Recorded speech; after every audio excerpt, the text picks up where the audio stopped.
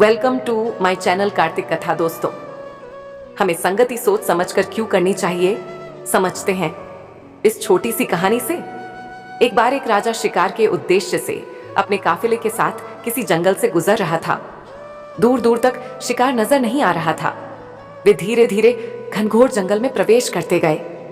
अभी कुछ ही दूर गए थे कि उन्हें कुछ डाकुओं के छिपने की जगह दिखाई दी। जैसे ही वे उसके पास पहुंचे कि पास के पेड़ पर बैठा तोता बोल पड़ा, पकड़ो पकड़ो, एक राजा आ रहा है, इसके पास बहुत सारा सामान है, लूटो लूटो, जल्दी आओ जल्दी आओ। तोते की आवाज सुनकर सभी डाकू राजा की ओर दौड़ पड़े। डाकुओं को अपनी ओर आते देखकर राजा और उसके सैनिक दौड़कर भाग खड़े हुए। भागते भागते कोसों दूर निकल गए। सामने एक बड़ा सा पेड़ दिखाई दिया। कुछ देर सुस्ताने के लिए उस पेड़ के पास चले गए। जैसे ही पेड़ के पास पहुंचे कि उस पेड़ पर बैठा तोता बोल पड़ा, आओ राजन, हमारे साधु महात्मा की कुटी में आपका स्वागत है, अंदर आइए, पानी पीजिए और विश्राम कर लीजिए।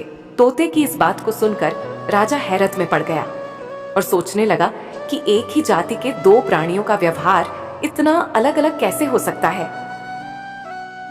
राजा को कुछ समझ नहीं आ रहा था। वह तोते की बात मानकर अंदर साधु की कुटिया की ओर चला गया। साधु महात्मा को प्रणाम कर उनके समीप बैठ गया और अपनी सारी कहानी सुनाई और फिर धीरे से पूछा, ऋषिवर, इन दोनों तोतों के व्यवहार में आखिर इतना अंतर क्यों है? साधु महात्मा धैर्य से सारी बातें सुनी और बोले, ये कुछ नहीं राजन, बस संगति का असर है। डाकुओं के साथ रहकर तोता भी डाकुओं की तरह व्यवहार करने लगा है और उनकी ही भाषा बोलने लगा है। अर्थात जो जिस वातावरण में रहता है वह वैसा ही बन जाता है।